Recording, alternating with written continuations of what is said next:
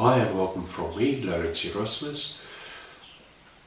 I'm the guy this side of the camera, behind the camera, in front of the computer, so this whole recording that you're watching now was done by me, and I was involved in all stages, writing it, filming it, and making the necessary changes before publishing it. Now, who am I and where do I come from? I think that is the first thing I would like to do in this series, is so that you understand where I come from, and then you can understand why I say certain things and where I get all my information from. So, I was born and bred from Statesburg in the Eastern Cape nowadays. I was born and bred in Johannesburg, brought up in a Afrikaans speaking family, went to church twice on a Sunday, ended up on the management of the teenage group at one point in time in my life, before just after we got married. I was chosen as a deacon in the congregation we were at, and that is where my life continued. I always tried to be the sort of model Christian, if I can say that. I stood up for what the Bible teaches, and never for one moment thought that I could change my mind on certain things and really go through the Bible with a real fine-tooth comb to find out hidden things within that most of us would just skim over and say, oh yeah, I've heard that verse being read somewhere before, but why did I do that? It was not something that happened overnight.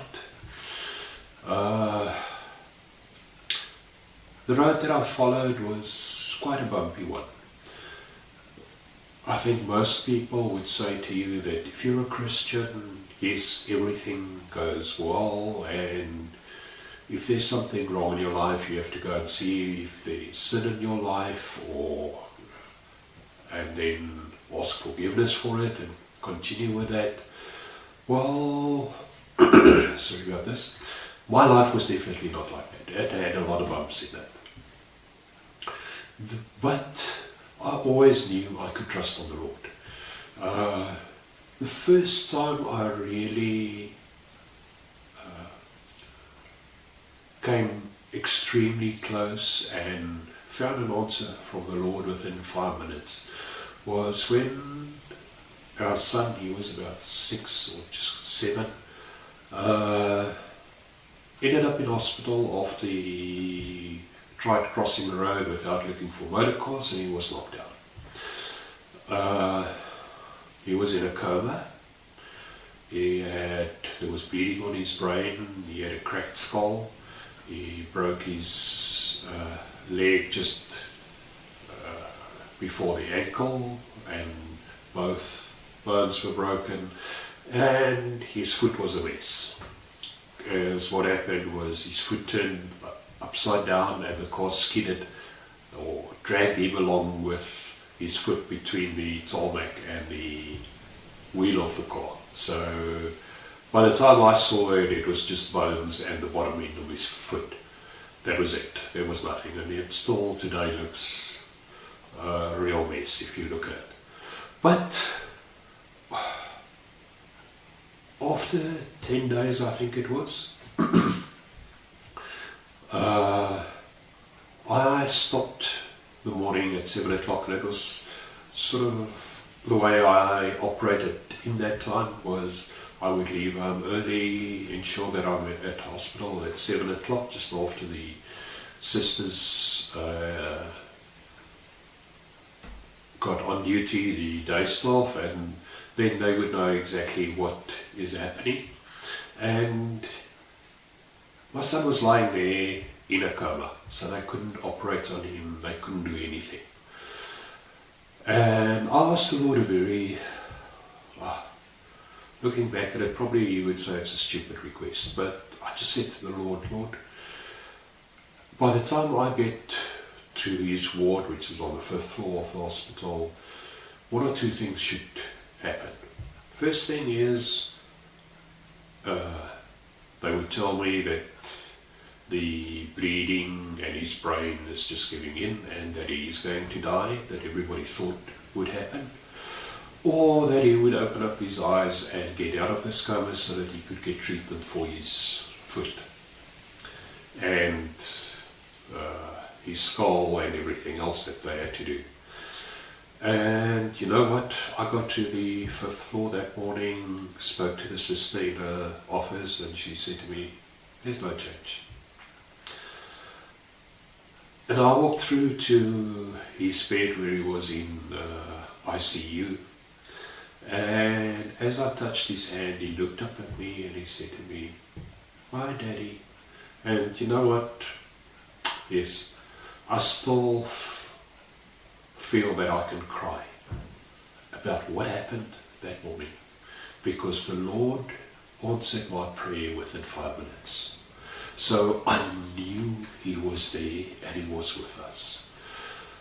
We ended up traveling around South Africa as job offers came up, and a couple of years later I ended up in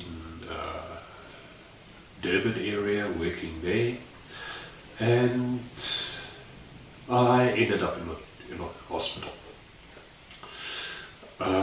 Went to the doctors and they said, no, there's something wrong with my bladder, so they will have to check what is wrong. And fortunately those days they could already stick a camera up through the front and look at the bladder from where it was. I was told I would go in I had to be there at 7 in the morning, and that I would probably go home at 3 o'clock. Well, 3 o'clock my wife arrived there to take me home, and when I opened up my eyes I thought, I'm not going home at 3 o'clock, that's for sure, because there were catheters and drips and everything lying next to me. And the doctor walked into me, and I must say he had no panache or anything. He just looked at me and he said to me, we found out what the problem was. There was a tumour in your bladder, at the bladder neck, and we removed it completely. It was quite large. It was about say if I use metric terms, probably 3, 4, 5 centimeters in diameter. But fortunately, as they saw it, they took it out and they scraped the bladder clean from it. But unfortunately, he had to tell me it was cancer. And he turned around and walked off. Now, to me, it was a major shock, because everybody at that point in time that I knew that was diagnosed with cancer was either dying or already dead. So for a doctor just to come in and tell me, Clarence, you're dying, that wasn't a good feeling or a good message to receive. Excuse me. So I went home a couple of days later on, and everything returned to normal. Went for checkup visits once every 6 months, and all they found was the scar on the bladder. So they said to me, after 3 years, forget about it, it's not going to grow again. We took out everything that they had to take out, and I was declared okay.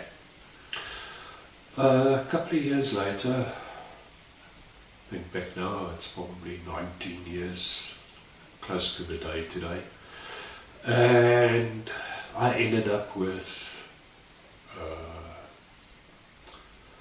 pain in the right hand side that I thought was an appendix or something like that. And why I thought so was my daughter, my youngest daughter at that point in time, she was only 14. And while we talk about that, in Durban, when they removed the cancer from my bladder, I prayed to the Lord one thing, and I said to him, I've got 3 small kids. Youngest one was 4 or 5 at that point in time, and I would like them to grow up with a father figure in their house, and preferably me. And yeah, I'm still sitting here.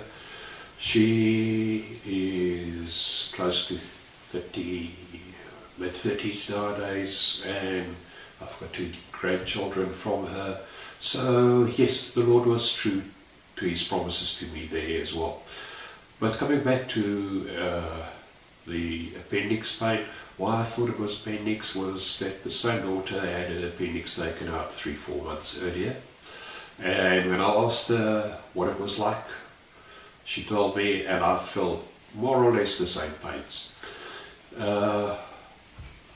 Went to work in the afternoon. I said, no, I've got to get to the doctor. Went to see the doctor, and she had one look at me, pressed a couple of places, and she said to me, go and get your pyjamas and off you go to hospital. Your appendix is about to burst. I said, okay, fine. I went into hospital, and the doctor came around, probably around 7 o'clock that night. Did what he had to do, and he said to me, oh, don't worry, within half an hour, everything will be okay. My wife went home, and she kept on phoning, and then they would say, no, I'm still in theatre, I'm still in theatre. And eventually, I think it was about 11:30 that night, they said to her, no, I'm out of theatre, I'm quite relaxed, I will sleep, like she could come and see me the next morning. But what the doctor told me that night has really changed my life completely. He said to me, you know what, you're a very, very lucky person. I said to him, why? He said what happened was, when he tried to take out the appendix, he only made a fairly small slit so that he could stick his finger in and get hold of the appendix and cut it off and sew it up again. But he couldn't find the appendix, and he said, okay, eventually he made a cut of about 8 times 2.5, what is that, nearly 20 centimeters long. And he and the anaesthetist started talking, and what he was doing, he was pulling out some of the small intestine, and he said he should have stopped, but he didn't. He thought, let's just pull out a little bit more, and as they were talking, he didn't see how much he actually got out of my interior. And he said, as he felt something, he said, oh, and as he looked down, it was cancer. There was a tumour, I can't remember what size, it was a fairly sizable tumour on the intestine, and he said to me, if he only did remove the appendix that night, I would have been dead a year later. Now I'm still sitting here today. Fortunately, he took it out with quite a bit of the small intestine and took out the appendix, and the tests came back, or it was cancer again. But it's a fairly weird cancer. It's called carcinoid. And sorry.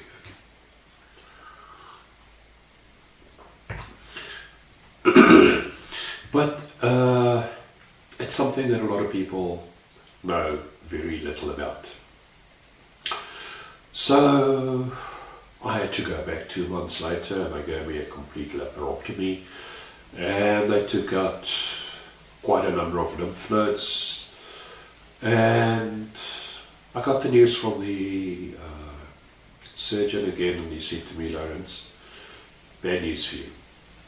There was a piece of the cancer that we found that we couldn't take out. It's not big, but it sits around one of the main arteries, whatever it is, in your inside, and if they took it out, I would die. That's it. There's no ways that they can stop the bleeding to that area. So the chances that they were willing to take was that they'd rather leave a bit of the cancer inside, so of the carcinoid. During that trip in hospital, I woke up one morning and I just heard the most beautiful music I've ever heard in my life. And I couldn't find out where it came from. I looked at that ward, we were 6 people in the ward, and I checked everybody's radios and whatever they had there to find out if somebody had anything on where that music came from. Couldn't find that. And at the same time, I found myself on a sort of a platform now. For those of you who have been into South Africa or know something about wildlife, they always build a sort of a platform high up on the ground so that you can look over the trees or open the veld, the grasslands, and that's where you could sit down and you can watch the wildlife underneath you without disturbing them.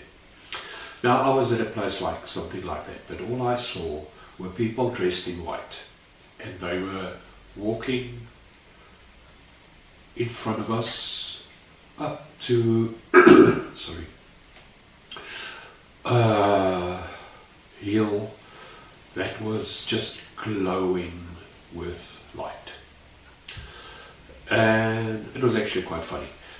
My wife came to visit me, and sort of after 10 minutes she said to me, "It's no use me sitting here because you are just listening to the music. I don't hear anything. You seeing this vision, I don't see anything, so let me leave you and go."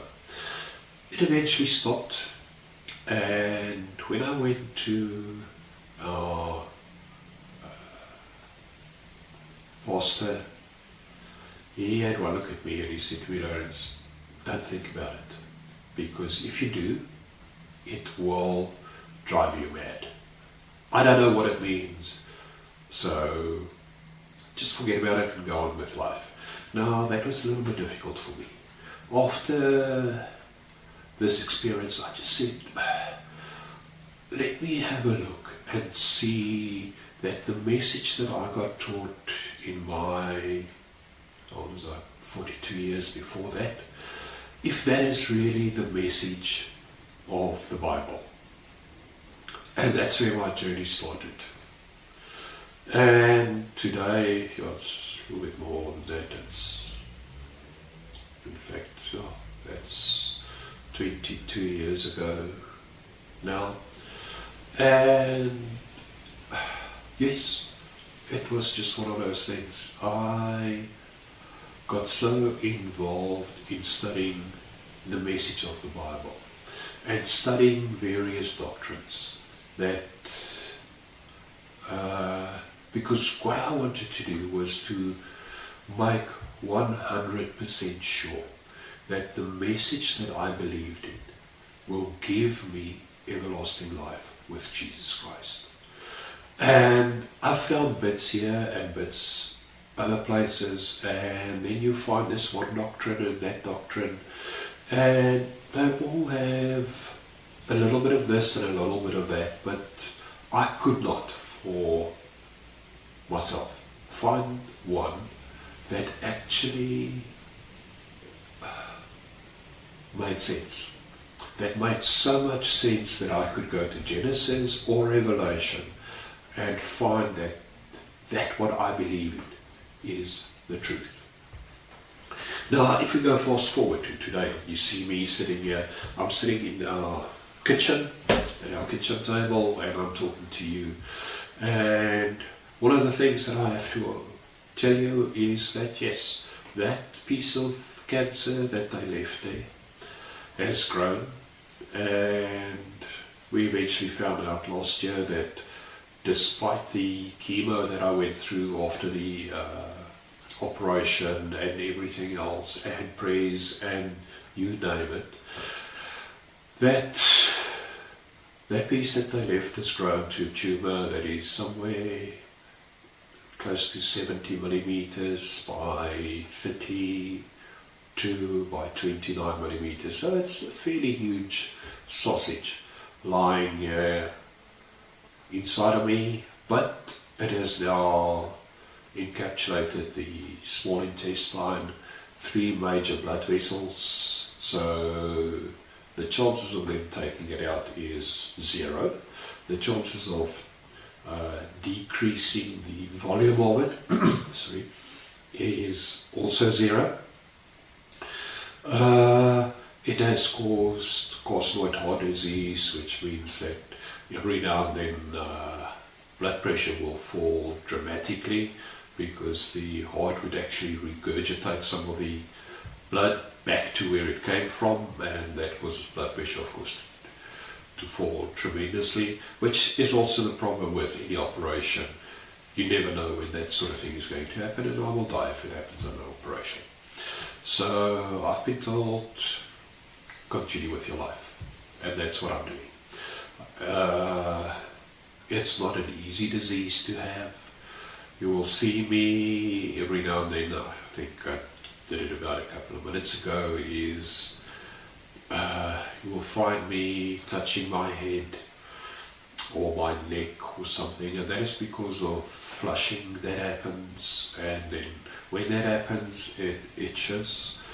I end up with, like now, with a very dry mouth because of diarrhea, and it's a funny sort of diarrhea. It's not that you run into the toilet every 10 minutes or every 5 minutes. It comes and goes, and at times it's just extreme pain around the small intestine, but then it goes away. Fortunately, as I say to the people that live with me and in our cell group and at our church, for pain it's easy. I can take pain medication which will lessen the effect of the pain, but there's very little they can do to stop flushing. What is happening is that the tumour is actually secreting quite a lot of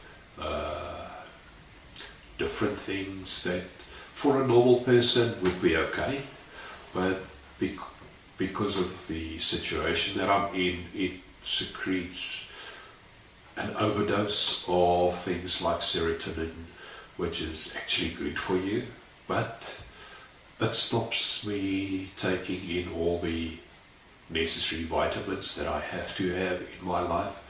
And I'm sitting with 4 arms here that is, it itches so much that at times I feel like I'm going off my head the way it itches, but that's just because of a vitamin B3 shortage. I take niacin for it, and I have an ointment or 2 that I put onto it, and like it is right now, it's normal.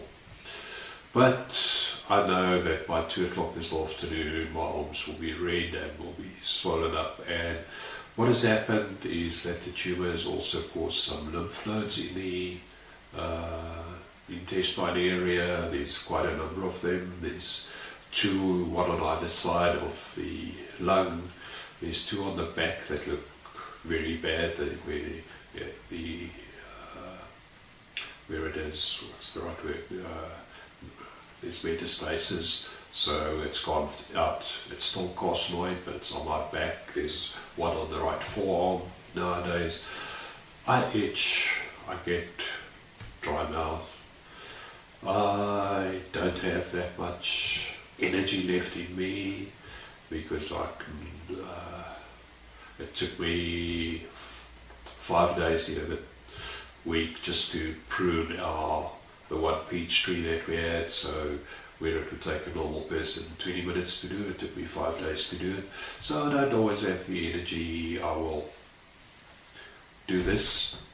You will see this during the session, and that is just lips are dry. I'm sitting here with a cup of coffee. Normally I have a cup of water. I just felt like coffee today. And so what you are going to see is, it's not a professional recording. You will see there will be distractions. Some of the things that happen to me is that as I'm talking, I will think about something, and all of a sudden there's just, if you look at my eyes, there's nothing there. I just go blank, and I have to pick up from where it was. I try and cut that out during the editing phase, but at times it slips through, and at times it's so short that it's not worth cutting it out. As I said, you will find me scratching my head every now and then. I've got a bit of a blocked nose, but that is more sinus problems than anything else. And yes, there's always pain. But what did I find?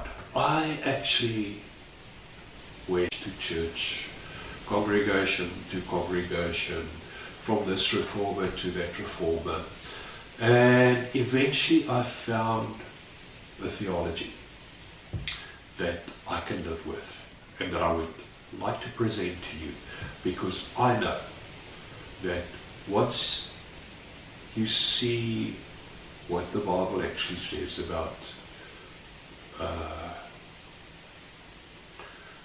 various things, why did Jesus have to come, what the definition of righteousness is, why Jesus used the word righteous so many times, and even the prophets used it so many times,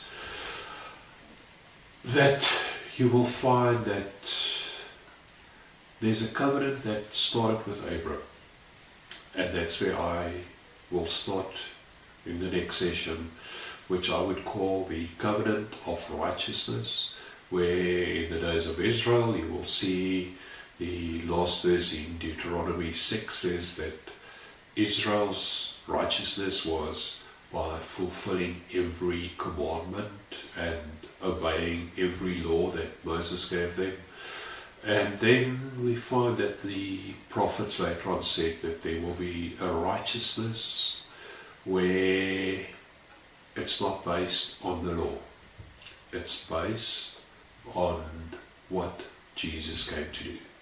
And that is what this session or this video is all about, is we will look at this covenant of righteousness that Jesus came to fulfill, so that you and I and everybody else that hears this message, not only this message, you will find out that I would say that everybody in every church who has done certain things, and I want to keep that till last, will be part of the Lord's nation, His kingdom, that place where Jesus is right now, and where He is sitting and He is ruling. And He was the first one to ascend to heaven, but we also know that when He died, graves opened up and He took people with Him to where He currently is. A lot of times people refer to it as paradise or heaven or whatever, but that is the place where Jesus is, and only at the end, when He has accounted for every person, will He hand over His kingdom to God the Father. So, yes, sorry about this. That is what we will be looking at in this series, and I trust that you will watch it and that you would go through step by step. It doesn't help going to the last recording and say, oh no, Lawrence, you don't know what you're talking about. It is sort of building one on top of the other one. But I just wanted to tell you where I come from, so that you know that yes, I'm a normal person like everybody else, although I did study the Bible. I did end up getting ordinated as a pastor, but unfortunately, or fortunately for me, the same people that came to my Bible school as I trained up other pastors, turned their backs on it and said, no, we cannot, we'd rather go with this safe theology that we have, and something that is universally accepted, rather than start something where we know exactly what Jesus came to do, but this covenant we question. That's the best word I can use. Is that they would question that and say, they're not too sure about it. But once you've seen it, it's something that works for me. I'm not going to say to you, you have to follow this, but I know where I will be the day that I put my head down. And for me, it's probably not long.